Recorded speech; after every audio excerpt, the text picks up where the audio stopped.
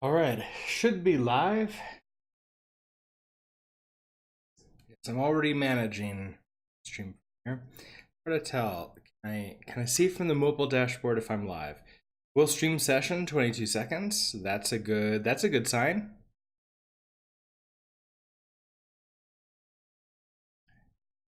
Hey Avarice, welcome to the stream. I wasn't sure if I was going to be able to see a chat from this window, but it looks like I can.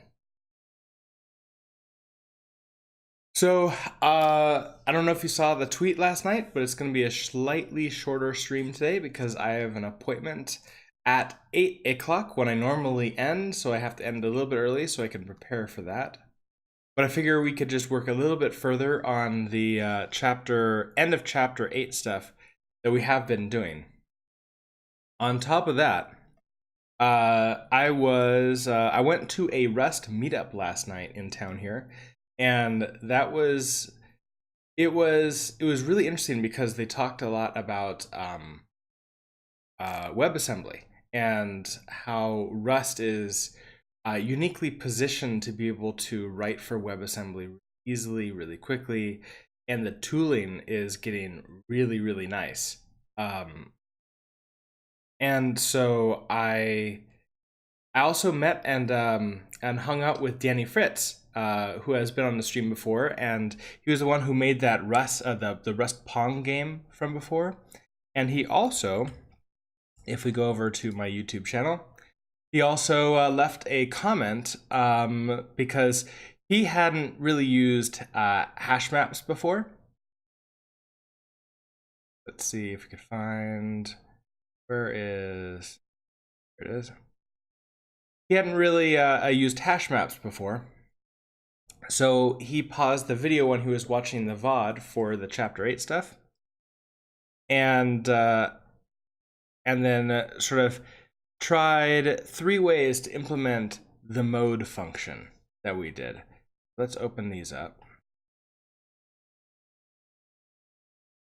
And something else I've noticed is I think that the problem that my computer was having, the reason why OBS crashed, and the reason why I'm getting that flicker where every once in a while I get like the no input for like a couple frames, is because something is happening to like the kernel or something else, the operating system.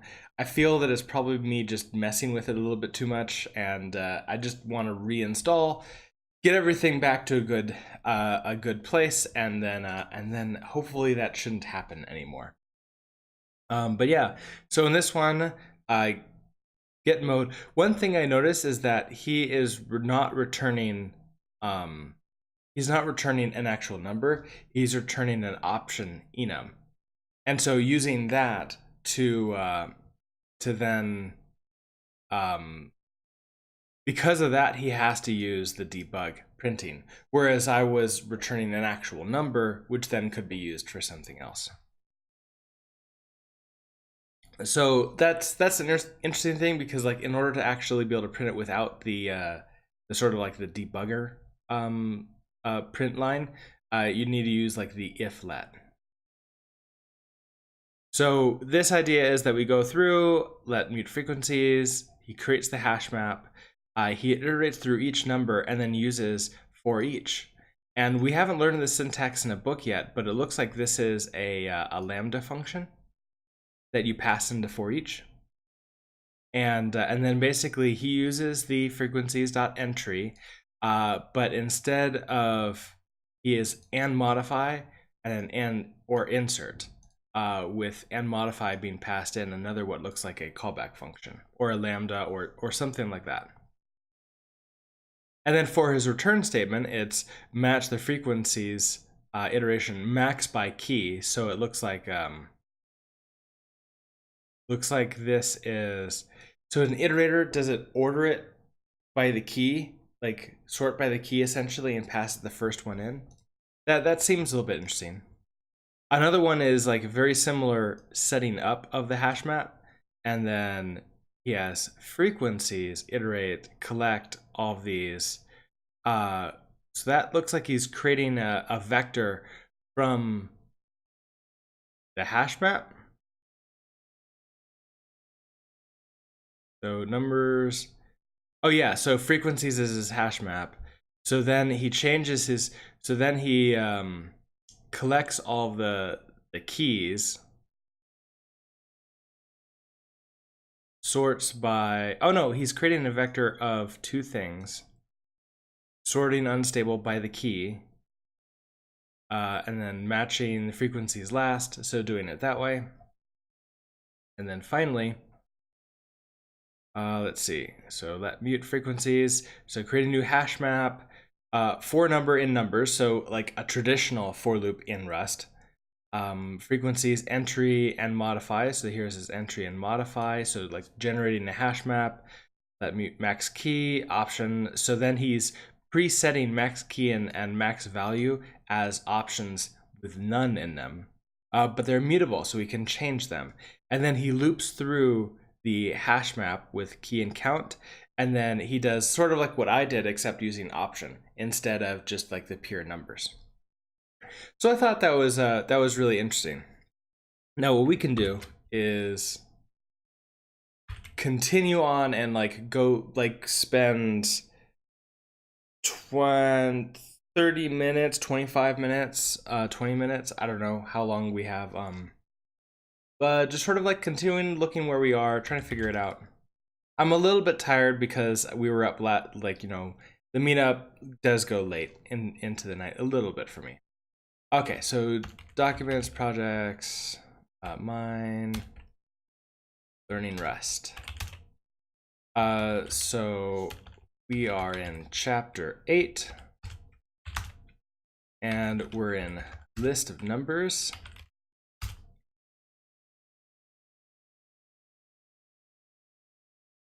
Also, my chat fell asleep. Okay, so what we were initially beginning to do here was setting up the enum list of numbers that takes in numbers, which is a vector of i32s. And then what we want to do is start implementing these functions off of here. So we have like mean, which I think we tested, right? Because like, oh, this just returned 33, right? So that doesn't help. So what we really, and we printed off self was exactly what we thought. So if we come back here to our code and we run cargo run, we have the mean of the list is, and then numbers. We have the what do we call it? We have the actual vector for us. So what it sounds like we might want to do is just look down here to the mean and sort of figure out, well, we have our accumulator for number in the list, accumulator plus equals to this, and then so we just sum them all up. So one thing I want to do is there any vector methods? So can I say Rust vector? Are there any vector methods that will sum it up? Like for example, that for each, or a map, or a reduce.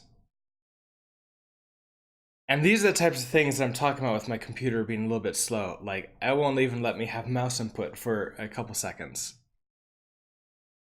And it didn't used to do that. So I believe that a rebuild is definitely in order here. Okay, so methods. Let's see, try reserve, shrink.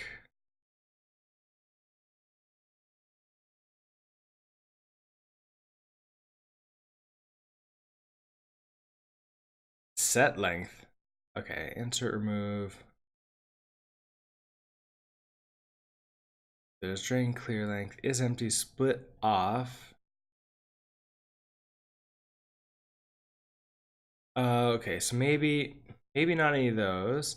How about methods from dref? You might want to consider changing the enum with one variant to a tuple struct, as in struct numbers vec i32. This fits your use case as a thin wrapper to implement methods on better. Oh, really? So like, is it easier to put methods on a struct than it is on tuples? So like, when you say that, you're thinking struct numbers vec i32, and the struct takes the tuple, or the struct takes a Let me see.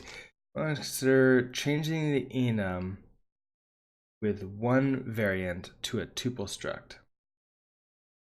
Okay, so we still have an enum, but instead of numbers like this, it's a struct numbers.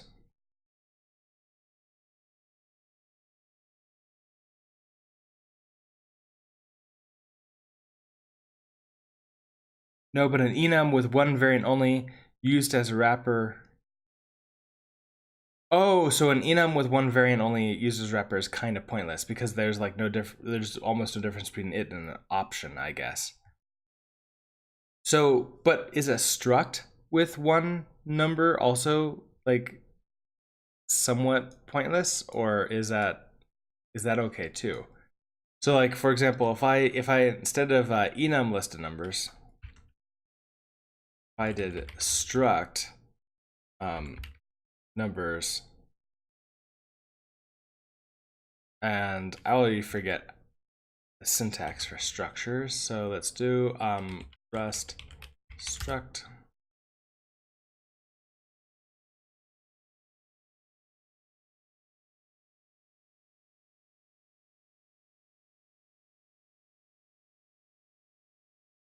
So many redirects. Okay, I want structures, custom type, struct and enum.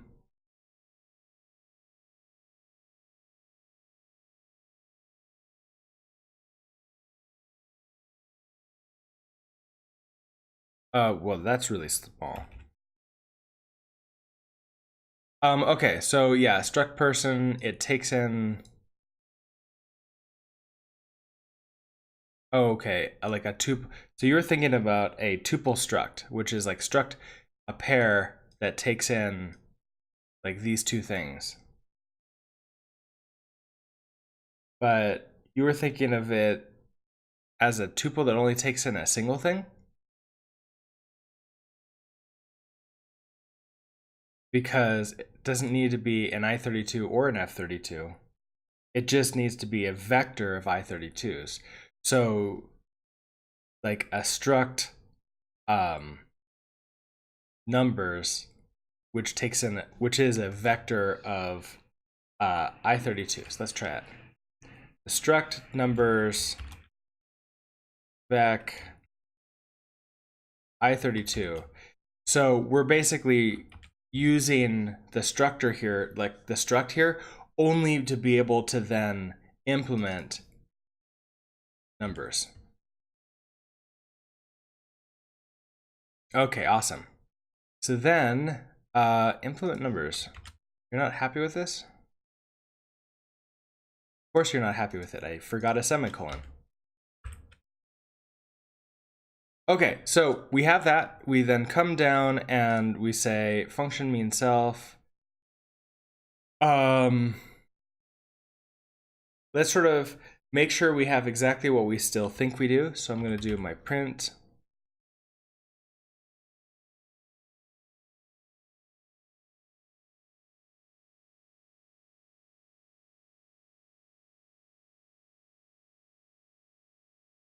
Save that. Let's, of course, you're not listing numbers anymore. Your numbers.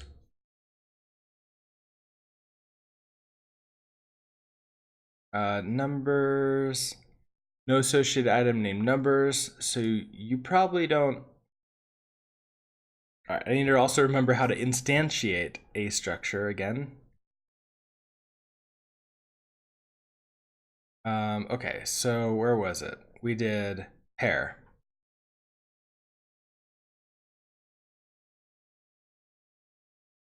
Where was pair used in here? Here it is. Let pair equals. Okay, so it's just you hand different things. Although that's a tuple struct, so we just pair then hand in. Okay, so we just don't. We almost created our own, like instead of vect here like that. No, that I think that'd be it, right? We just hand it numbers like this,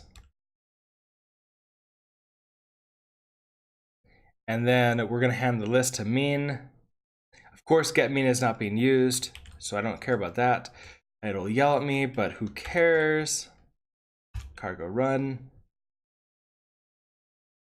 So we still have numbers 5, 4, 3, 2, 1. The mean in the list is 33. So we're kind of back to where we started. And then let's see if we can we want to go back to the documentation. We want to see if in vectors there's anything to help us iterate. So, oh man, suddenly this is larger now. Wait for the browser.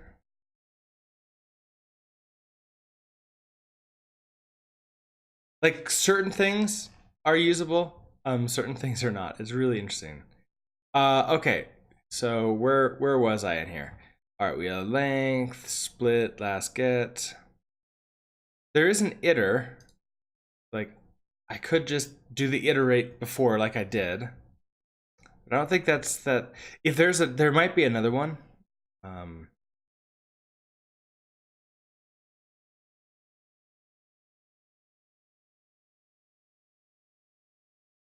Wait, there's a to vector from a vector? Oh, it's a clone. Okay, never mind.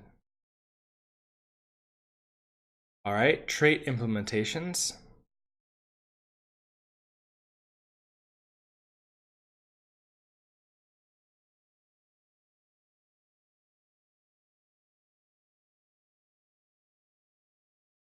Index, default deref, partial partial equal, is that what it is?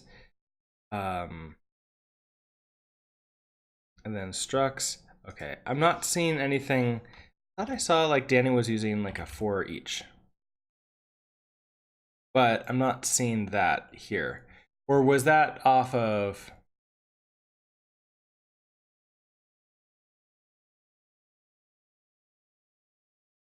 numbers?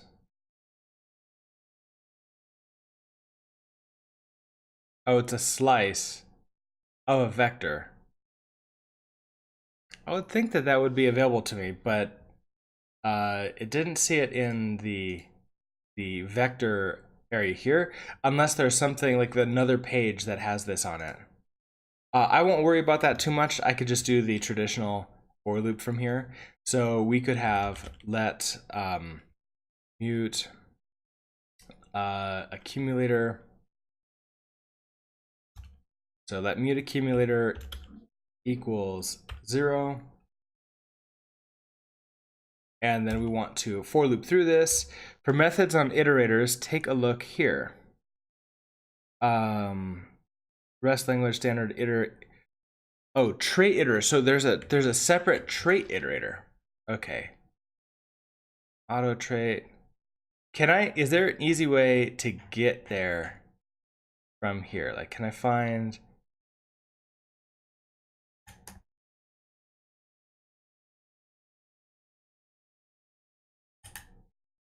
Okay, so iter.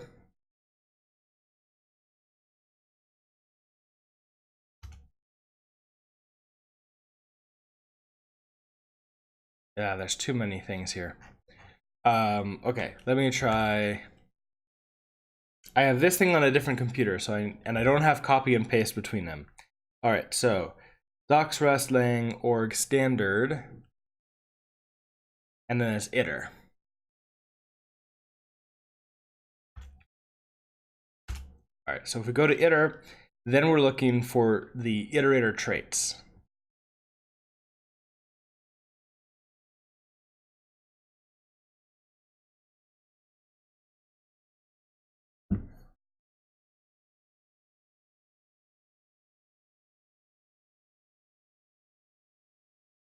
Okay, finally got into here. So we want Trait iterator, type item, function. Okay, so then it's next, goes through that.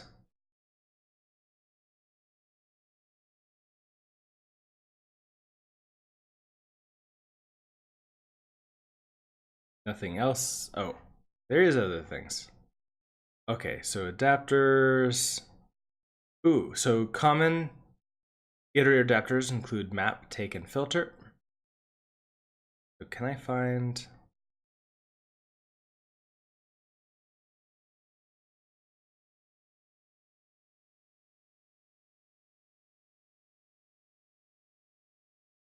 okay, so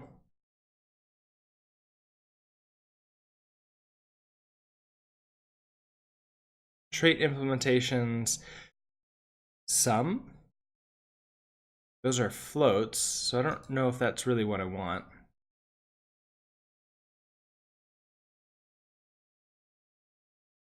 Okay, so method which takes an iterator and generates self from the elements by summing up the items.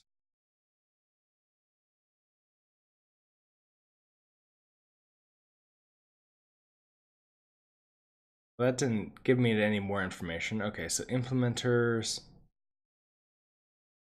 I want one that takes in I32, implement a sum for I32. There's no data on that though, like how to actually use it. Which that would be nice if there was. I think part of it is just going to be getting used to the documentation and like seeing where I can go with it. Oh, trait sum. There's these things too. No, come back. The other part is having a computer that doesn't, wait for between me doing things.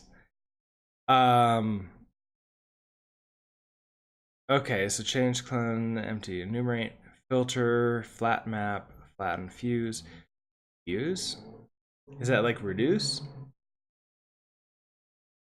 No. I don't, that doesn't sound like right. Map should return like a new structure though.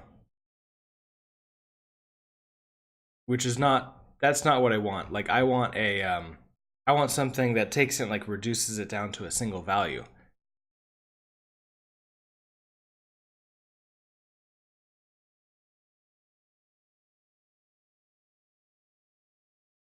Take an iterator only iterated with the first n iterators of iterator. Oh, so it only iterates over the first n. I don't want to iterate over only a certain number of them. I want to go over all of them.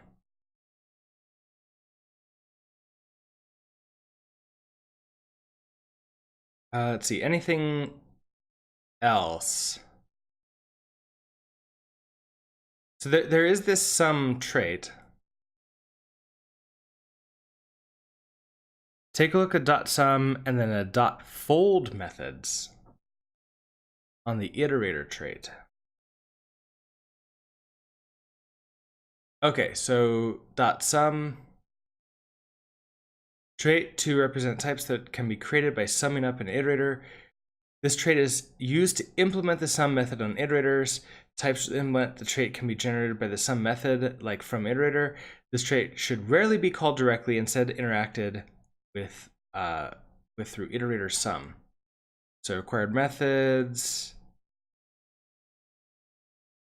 One thing I liked about the other parts of the documentation, which I feel is slightly missing here, is like example code of like how to use it.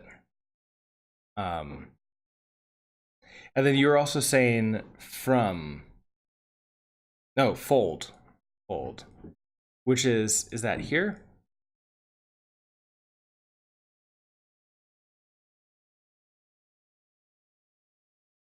I'm trying to mouse down the left-hand side.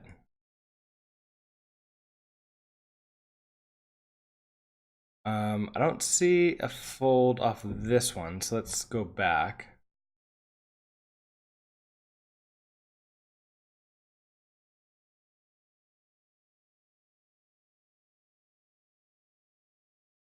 You're looking at the wrong trait. Select the iterator trait on the left-hand side. Oh, do I not have iterator trait? Trait implementations.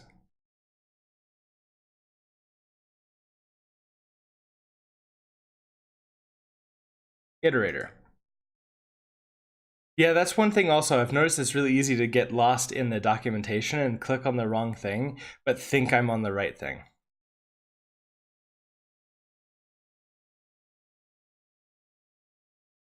Also, I clicked on it. My computer maybe is taking a while to load. Iterator. Nope, it just didn't take the click. Okay, so iterator, associated types, methods. We want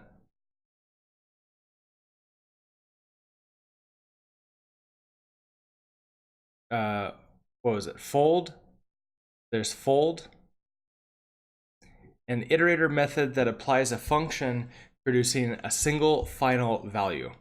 Fold takes two arguments, an initial value, and a closure with two arguments, an accumulator and an element. The closure returns the value that the accumulator should have for the next iteration. The initial value, okay, so this is essentially a reduce.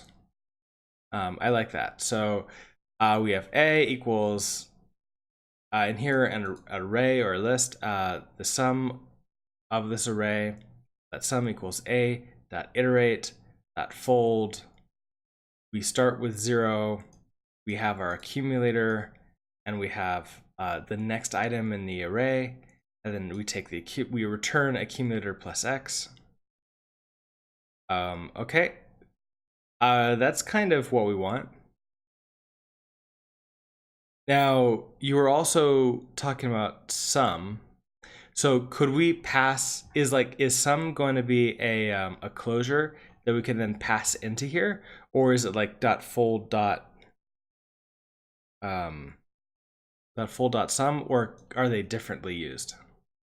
Sum. Sum's the elements of an iterator, takes each element, adds them together, and returns the result. So we say, okay, let sum type i32 equals a.iterator dot sum. Oh no, it's just, they're just the different ways of doing it. So sum looks fine here. Let's try this. We're going to have, I don't need to do let accumulator anymore. I'm going to say let sum, or maybe let total equals, yeah, I think sum is right. So let sum equals self dot iter dot sum. Now I want to then return sum.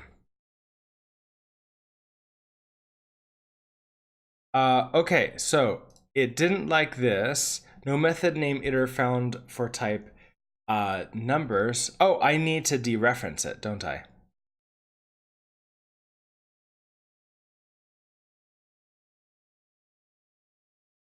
Or not. Okay, so what was this? No method named iterator for type numbers in the current scope. I need to get numbers out of it. The following trait defines an item iter. Perhaps you need to implement it. Well, that's kind of what I'm trying to do. The data is available as self 0. Oh, is it because is self itself not a vector, a tuple? Self is a tuple, so it's going to be self.0 so that I can get the first one.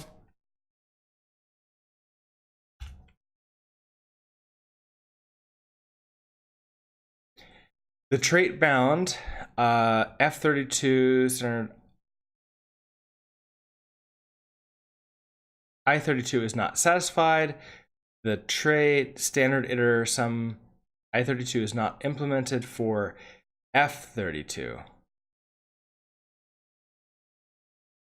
Well, okay. Oh, is it because it thinks that I want this? What if I say as I'm going to return some as F32. Oh wait, that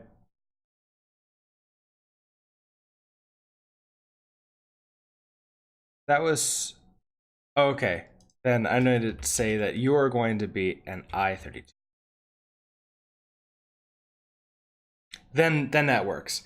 And that's, yep, a tuple struct is basically just a named tuple. Interesting. It doesn't really feel that this is a tuple, like just looking at it right there, but I can almost, I think it's because like struct is used in potentially like different ways. I'm used to using the curly brackets to create blocks for it, but I think like just getting used to it and doing these and trying them all is going to be really awesome. Then I'll learn that. All right, let's make sure that this sums up correctly here. Back over here and cargo run.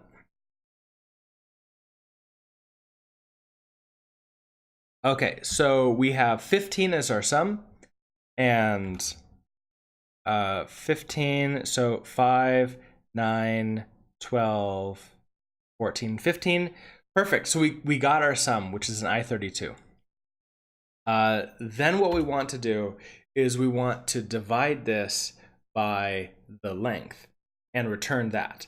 So we're going to say sum as F32 divided by what is it? It's going to be the length, right?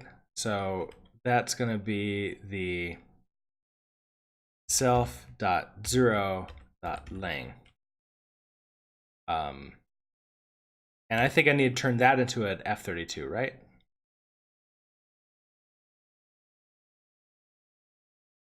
Yes, as F32. Okay, and let's see if this gives us the number we want.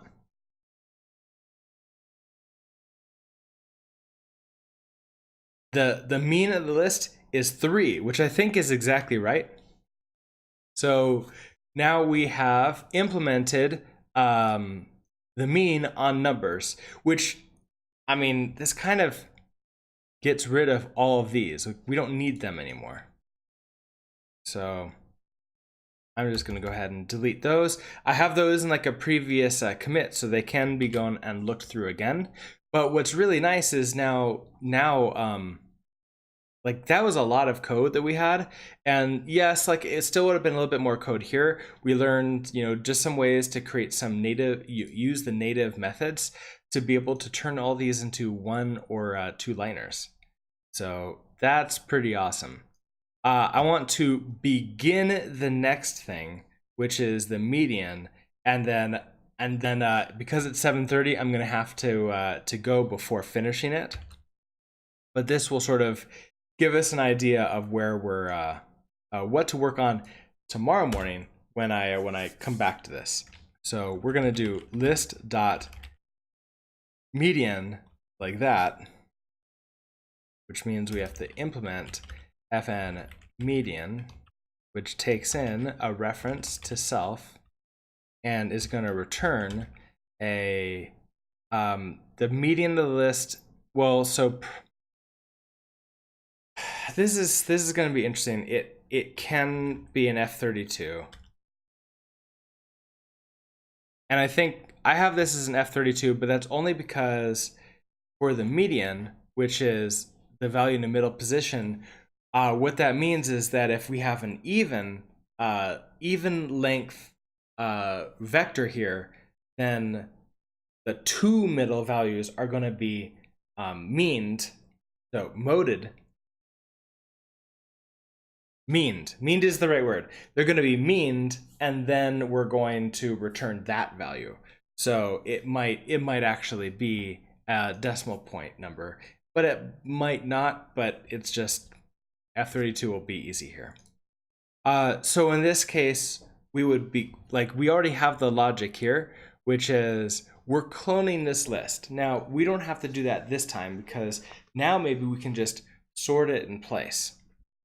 So I'm really interested. The reason why I have this backwards here is I do want to try to sort this. So I think, do I have to do this? We want to take mutable self here. So that way I can do a self.0 dot sort.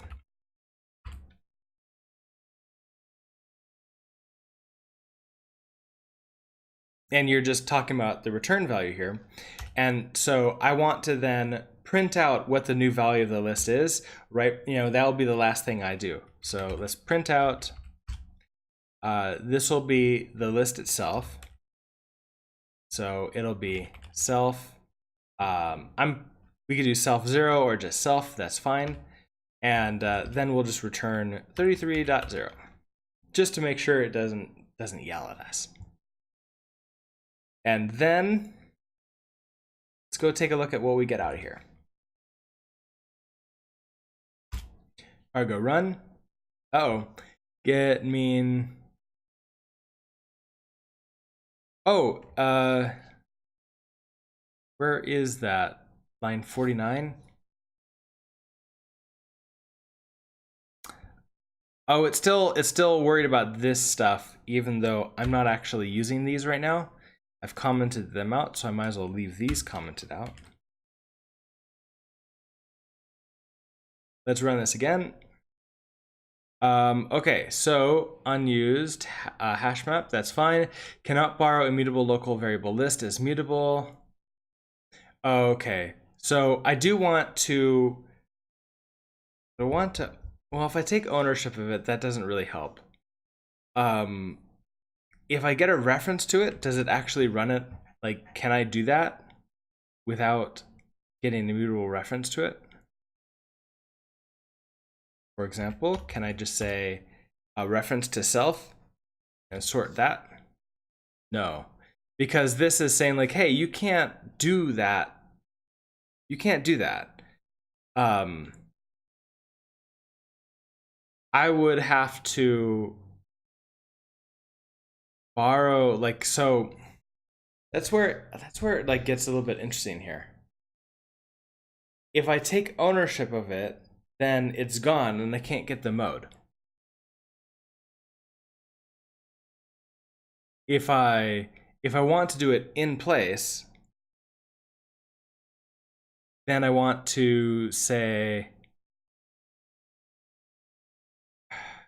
I mean, I don't want, like, do I have access to this type of thing? I think I do. I think I remember seeing somewhere that I can like update itself, but I can't really just do like mute self is this and then tell it to sort. Unless it was like self.0 equals and like maybe setting that.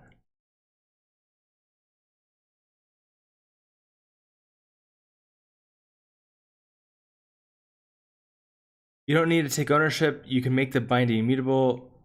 Let mute list. Oh, in here?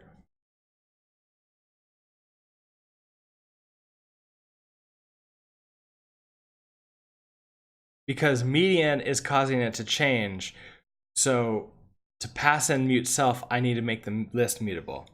Or you clone as you did before. Okay, let's try this.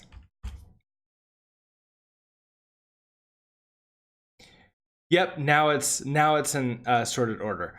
Perfect. So Averis, that was what I needed to do was if I wanted to be able to get in a mutable reference to self, I need to have list itself, the instance, be mutable, so that way when I call the method, that it passes in this mutable reference. Okay, that's perfect. That's what I wanted to do. So we now know what the next thing to do is, which is we're printing off that we have this in the order that we want. It's just going to be to finish the median and get that working.